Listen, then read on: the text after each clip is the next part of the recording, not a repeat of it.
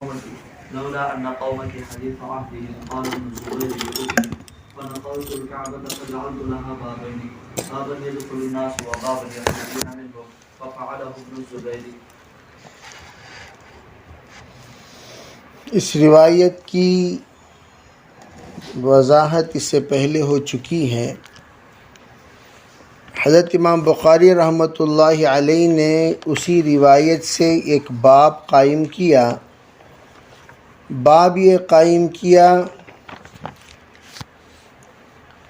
کہ من خص بالعلم قوما دون قوم، کوئی علم خاص کرے کسی قوم کے ساتھ، اس سے پہلے من ترک بعد الاختیار، جو بعض اختیارات کو چھوڑ دے اس ڈر سے کہ لوگوں کی سمجھ، بعض لوگوں کی سمجھ میں کمی ہے، اور وہ کم سمجھ لوگ کوئی نہ کوئی الٹے سیدھے اعتراضات قائم کریں گے۔ ان اعتراضات سے بچنے کے لیے، ان اعتراض سے احتیاط کرتے ہوئے اختیار ہونے کے باوجود اسے ترک کر دینا۔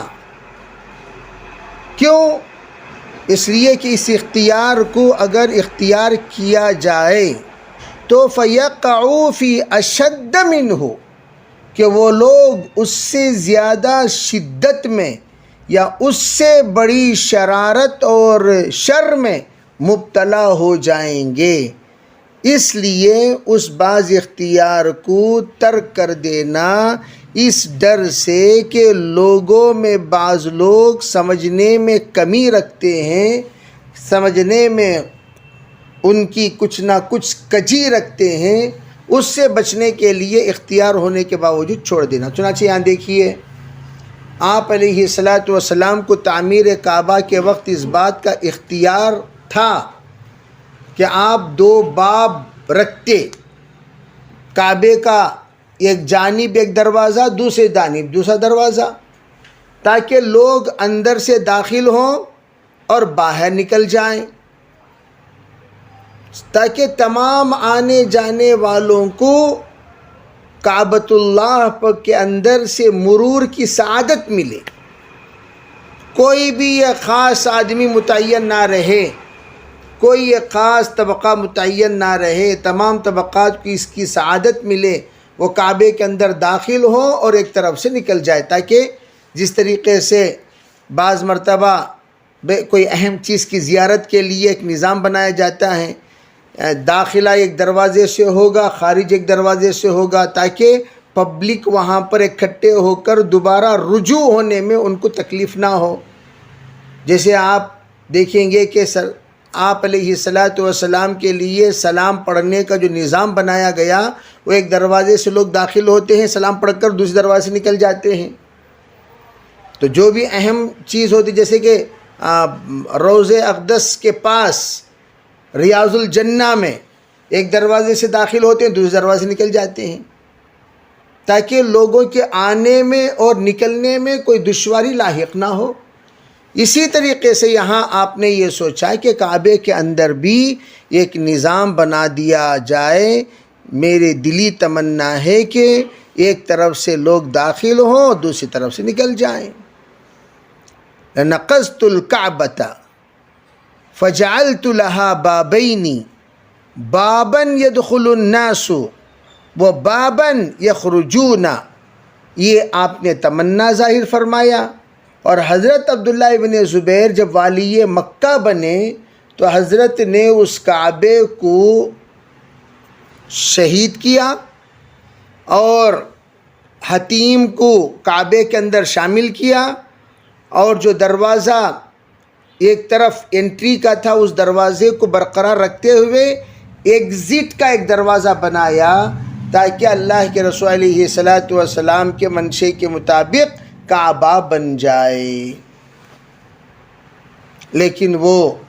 یزید کو ہضم نہیں ہوا، تو یزید نے حضرت عبداللہ ابن زبیر کی شہادت کے بعد دوبارہ کعبے کو توڑ کر اس نے اسی شکل میں بنا دیا جس شکل میں آج موجود ہے، پرانی شکل میں حتیم کو باہر کر دیا تاکہ ان کی کوئی علامت، کوئی نشانی باقی نہ رہے۔ تو یہ آپ علیہ الصلاۃ والسلام نے جو تمنا کیا اس کو حضرت عبداللہ ابن زبیر نے بنایا، لیکن وہ ایک فتنے کا سبب بن سکتا ہے، اس لیے آپ نے اس سے احتیاط کیا تھا،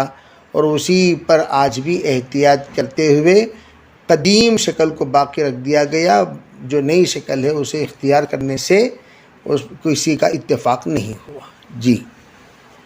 باب من خص بالعلم قوم دون قوم كراهية أن لا يفهموا. وقال علي رضي الله عنه حدث الناس بما يعرفون أتحبون أن يكذب الله ورسوله.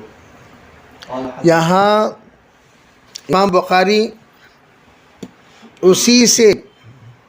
منسلک متعلق ایک اور باب قائم کرتے ہیں۔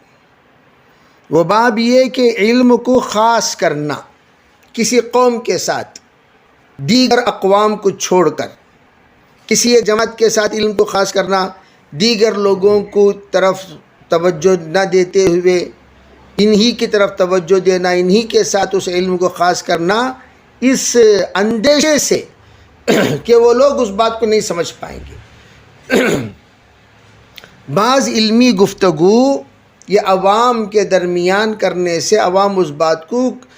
جو سمجھنا چاہیے نہیں سمجھ سکتی، تو اس علمی گفتگو، علمی مباحث کو ترک کر دیا جاتا ہے، چھوڑ دیا جاتا ہے۔ بہت سارے ایسی بحثیں ہیں جو عوام کے درمیان کیے نہیں جاتے، وہ درسگاہی میں کیے جاتے ہیں، طلباء میں کیے جاتے ہیں، اور وہ مخصوص طلباء میں بھی مبتدی طلباء میں نہیں کیے جاتے، منتہی طلباء میں کیے جاتے ہیں، منتہی میں بھی متخصصین میں کیے جاتے ہیں، منتہی میں بھی متخصصین میں جو تخصص فی الفقہ کرتے ہیں، جو تخصص فی الحدیث کرتے ہیں۔ تو ایسے بعض مباحث ہیں جن مباحث کا تذکرہ عام لوگوں کے سامنے، عام طلباء کے سامنے کرنے کا نہیں ہوتا۔ تو اس میں حضرت علی رضی اللہ تعالیٰ عنہ نے فرمایا، ارے لوگوں کو آپ ایسی باتیں سنایا کرو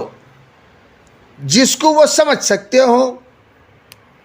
یعنی جتنی ان کی عقل ہے اتنی بات کیا کرو، عقل سے بالا تر گفتگو